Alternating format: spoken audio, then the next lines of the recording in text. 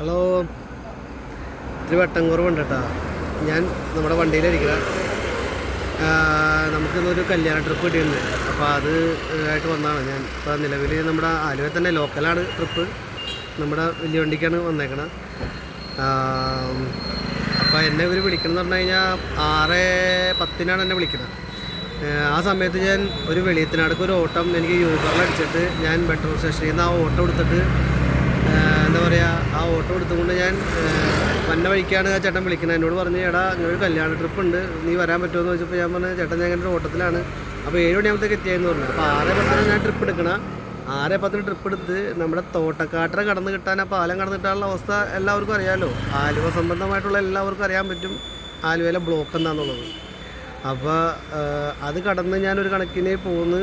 അപ്പോൾ ഞാൻ നോക്കിയപ്പോൾ പറൂക്കാവിലൊക്കെയാണ് അവർ ലൊക്കേഷൻ നമുക്ക് തിരിയാൻ വേണ്ടി കാണിക്കുന്നത്. അപ്പോൾ ഞാൻ നോക്കിയപ്പോൾ ഞാൻ അവരോട് പറഞ്ഞ്, ചേട്ടാ നമുക്ക് തോട്ടക്കാട്ടര വഴി കയറിയിട്ട് ആ കനാൽ റോട്ടിൽ കൂടെ കയറി അപ്പുറത്തെ റോഡ് കിടക്കാട്ടോ, അല്ലെങ്കിൽ ഇന്ന് പോകാൻ പറ്റില്ല. അപ്പോൾ അവരോട് ചേട്ടൻ ഇഷ്ടം പോലെ എങ്ങനെ നോക്കി ചെയ്തോളാം എന്നോട് പറഞ്ഞു. അപ്പോൾ ഞാനങ്ങനെ അതിൽ നേരെ നമുക്ക് ബ്ലോക്കില്ലാതെ പോയാൽ മതിയില്ല. നമ്മൾ ബ്ലോക്കില്ലാതെ നേരെ റോഡ് അപ്പുറത്തോട്ട് കടന്ന് അങ്ങനെ ചെന്ന് അവരെ കൊണ്ടുവന്ന് ആക്കി. 6:45 എൻ്റെ ആ ട്രിപ്പ് ഞാൻ യൂബറിൽ അത് ക്ലോസ് ചെയ്യുമ്പോൾ. കാരണം വെച്ച് കഴിഞ്ഞാൽ അത്രത്തോളം ബ്ലോക്ക് ആറുന്നതാണ് അർത്ഥം.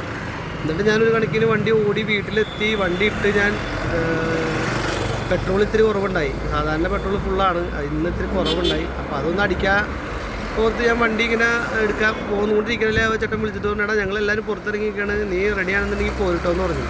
അപ്പോൾ ഞാൻ നോക്കിയപ്പോൾ ഇനി പെട്രോൾ അടിക്കാൻ പോയാൽ ശരിയാവില്ല, കാരണം അവരുടെ ടൈം നമ്മൾ കളയുന്നുണ്ട്.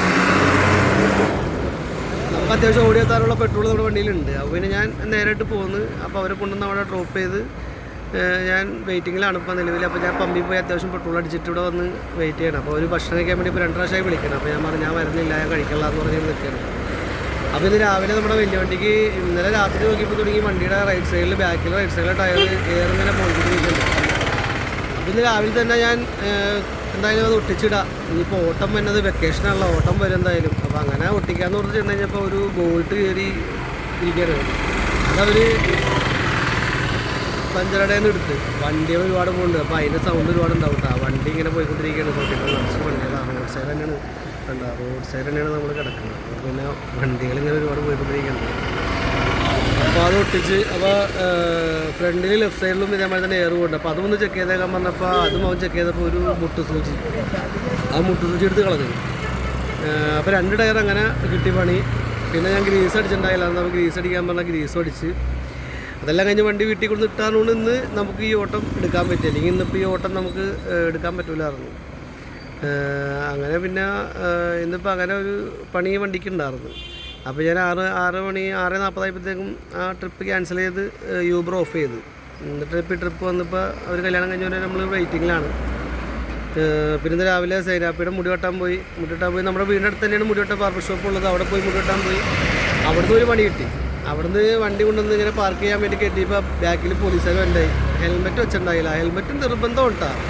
അതിപ്പോൾ പോക്കറ്റ് വഴിയല്ല എവിടെ ആയാലും ഹെൽമെറ്റ് നമ്മൾ നിർബന്ധമാണ്. പക്ഷേ സ്വാഭാവികമായിട്ടും നമ്മളൊരു 300-200 മീറ്ററിലെന്ന് പറഞ്ഞിട്ട് നമ്മൾ സ്വാഭാവികമായിട്ട് ഹെൽമെറ്റൊക്കെ വെക്കാതെ നമ്മൾ പുറത്തിറങ്ങും.